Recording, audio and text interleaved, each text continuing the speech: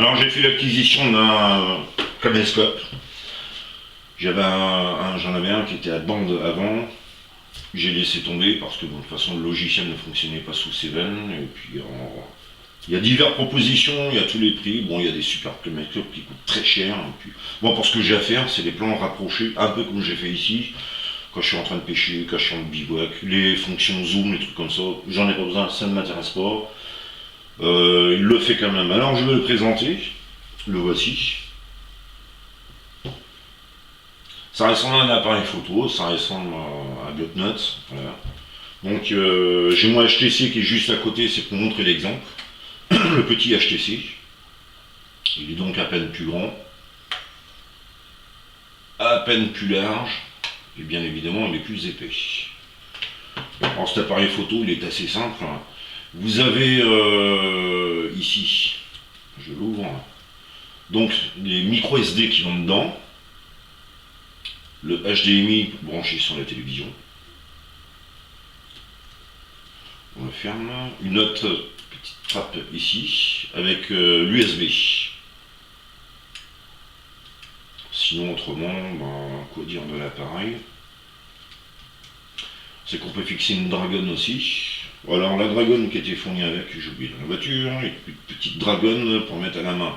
Bon après, il y en a qui sont pas mal comme ceci pour les appareils photo, et c'est ce que je pense mettre justement ici. Parce que l'avantage avec un petit appareil comme ça, on peut le mettre dans une poche, on peut le mettre dans une petite trousse, on peut le porter à la main, mais on peut aussi le porter autour du cou.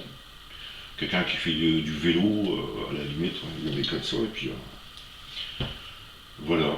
Et puis la particularité de cet appareil, c'est qu'il est étanche. Grâce au système, les deux trappes que j'ai montré, il y a un joint caoutchouc qui est là.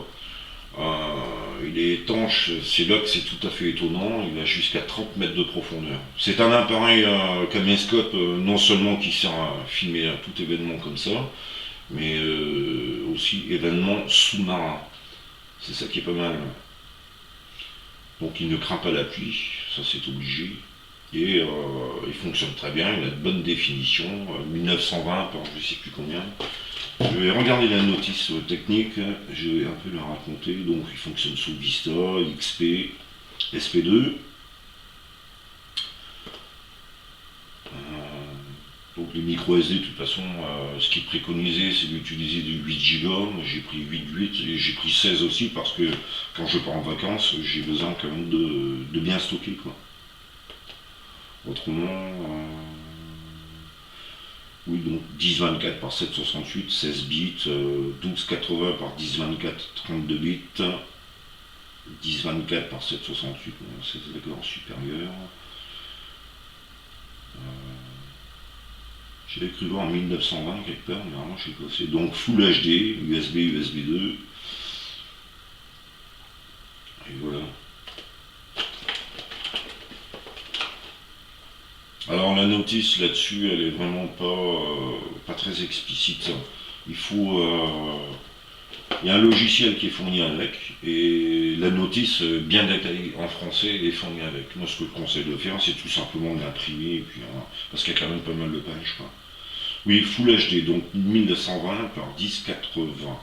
Il y a la fonction zoom aussi dessus. Alors je vais le montrer comme ça, peut-être qu'on verra mieux. Ça. Voilà pour l'épaisseur. On va donc le mettre en haute.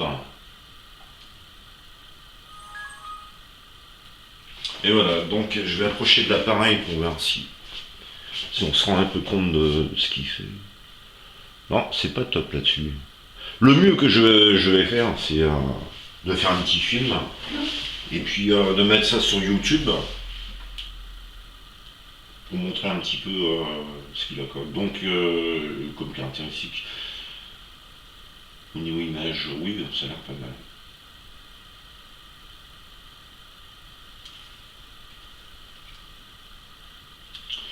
Fonction zoom.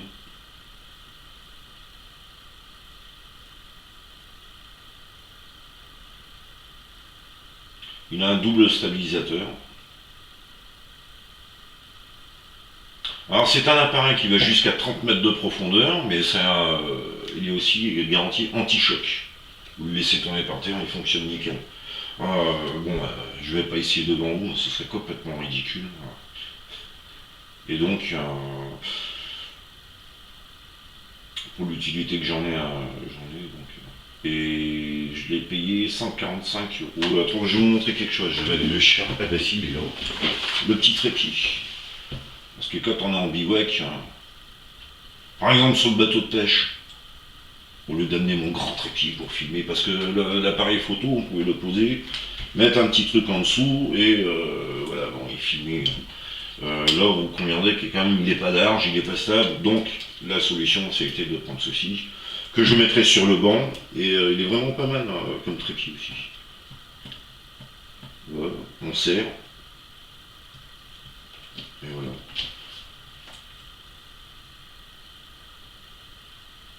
Celui-là, il va m'être beaucoup utile, ce trépied, quoi. Même quand je suis en bivouac, hein, si c'est des plans, quand je suis en train de travailler au sol, n'importe quoi, ce petit trépied est largement suffisant pour des applications diverses, différentes, donc j'utiliserai le grand trépied.